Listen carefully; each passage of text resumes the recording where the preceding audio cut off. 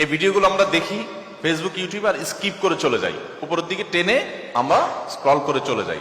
শয়তান আমাদেরকে বলে, তোমার কি করার আছে, তুমি একটা সামান্য, একে তো বাংলাদেশের মতো একটা ছোট্ট দুর্বল দেশ, আবার সে দেশের একজন অতি সাধারণ একজন নাগরিক, একজন নগণ্য মানুষ, তুমি এই আন্তর্জাতিক সমস্যার সমাধান করার মতো ক্ষমতা তো তোমার হাতে নাই, তোমার কি করার আছে?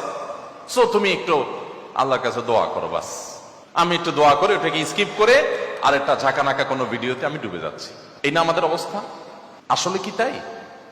আমি তো তা মনে করি না। এটা শয়তান আপনাকে মিথ্যা কথা বলে, আপনাকে মিথ্যা সান্ত্বনা দেয়। শয়তান বলে তোমার কিচ্ছু করার নাই। কে বলেছে আপনার কিছু করার নাই? আপনার যে কত কিছু করার আছে সেটা আপনি নিজেও ভাবেন নাই। আল্লাহ তাআলা আপনাকে জিজ্ঞাসা করবেন না তুমি সেখানে সামরিক শক্তি কেন পাঠাও নাই, কারণ সামরিক শক্তি আপনার হাতে নাই। আল্লাহ আপনাকে এটা জিজ্ঞেস করবেন না। আল্লাহ আপনাকে বলবেন না তুমি মানবিক সহায়তা নিয়ে শত শত হাজার হাজার টন কেন খাবার পাঠাও নাই সেখানে, কারণ এই ক্ষমতা আপনার হাতে নাই। আল্লাহ এটা জিজ্ঞেস করবেন না। আল্লাহ জিজ্ঞাসা করবেন তোমার হাতে একটা ইহুদি পণ্য তোমার বাসায়, তোমার টয়লেটে, তোমার বেডরুমে, তোমার প্রত্যেকটা জায়গা, কখনো সাবানের নামে, কখনো শ্যাম্পুর নামে, কখনো লোশনের নামে, কখনো চকলেটের নামে, কখনো ড্রিঙ্কসের নামে, কখনো রেস্টুরেন্টের ফাস্টফুডের নামে, তোমার বাসার প্রতিটা কক্ষে কক্ষে, প্রতিটা টয়লেটে তাদের পণ্যগুলো শোভা পেয়েছে।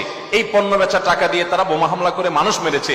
তুমি শুধুমাত্র তাদের প্রতি সিম্পেথি দেখাতে পারতে, সেটা তো দূরের কথা, উল্টো বরং তুমি সেই বোমা হামলার সঙ্গে জড়িত। তুমি জেনে হোক আর না জেনে হোক, তুমি বুঝে হোক আর না বুঝে হোক, তুমি কিন্তু সেই বোমা হামলার সাথে জড়িত। প্রতিদিন তুমি চাঁদা দিচ্ছ ফিলিস্তিনের মানুষকে হত্যা করবার জন্য। আল্লাহ এই কথা বলবেন? এই কথা বলার যথেষ্ট সুযোগ আছে। প্রতিদিন আপনি চাঁদা দিচ্ছেন। আমি একটা পেস্ট কিনতেছি না, আমি একটা বোমা হামলার জন্য টাকা ইনভেস্ট করছি বা চাঁদা দিচ্ছি। প্রতিদিন বাংলাদেশের প্রত্যেকটা মানুষের কাছ থেকে, প্রতিটা মানুষের ঘর থেকে ওরা চাঁদা তুলে নিয়ে যাচ্ছে। আপনি মনে করছেন মুদি দোকানে গিয়ে আমি মালামাল কিনে আনছি। আল্লাহর কসম করে বলছি এটা মালামাল কিনা না। এটা আপনি দেখছেন মালামাল কিনা, আমি এটাকে মালামাল কিনা দেখছি না। আপনি দেখছেন আপনি পেপসি বা কোকা কোলা বা সফট ড্রিঙ্কস এদের যেগুলো আছে সেগুলো আপনি ডক করে গিলছেন। আমি দেখছি সেগুলা লাল কালারের ওই পেপসি না, এগুলো হলো ফিলিস্তিনের মানুষের রক্ত। বাংলাদেশের মানুষ এরকম ভুলো জাতি পৃথিবীতে আরেকটা আছে কিনা আমি জানি না। আমরা খুব দ্রুততার সাথে ভুলে যাই। আমরা কাউকে মাথা তুলতেও দেরি করি না, আবার মাথা থেকে আছাড় দিতেও আমরা দেরি করি না। এটা আমাদের একটা দুর্বলতা। আমাদের এই দুর্বলতাটা আমাদের কাটিয়ে ওঠার চেষ্টা করা দরকার।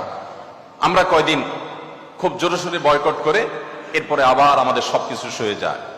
এক ভাই খুব চমৎকার বলেছেন, আমরা মানিয়ে নিয়েছি শোক, আবার উদরে ঢালছি কোক।